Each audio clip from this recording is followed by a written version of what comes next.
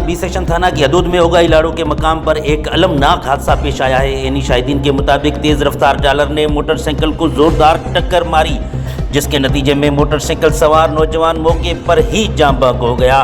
मतूफ़ी नौजवान की शनाख्त सच्चल बालकानी के नाम से हुई है। हादसे के फ़ौरन बाद मकामी अफराद ने रेस्क्यू टीम को इतला दी, जिस पर रेस्क्यू एहलकार मौके पर पहुंचे और ज़रूरी कार्रवाई के बाद नौजवान की लाश सिविल अस्पताल कंदकोट मुंतकिल कर दी गई है।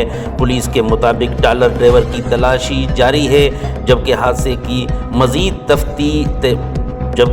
की मज़ीद तहकीकात की जा रही है। आपको अहम खबर से आगाह करते चलें कि कंदकोट से अफसोसनाक खबर है। थाना बी सेक्शन थाना की हदूद में होगा इलाड़ो के मकाम पर एक अलमनाक हादसा पेश आया है।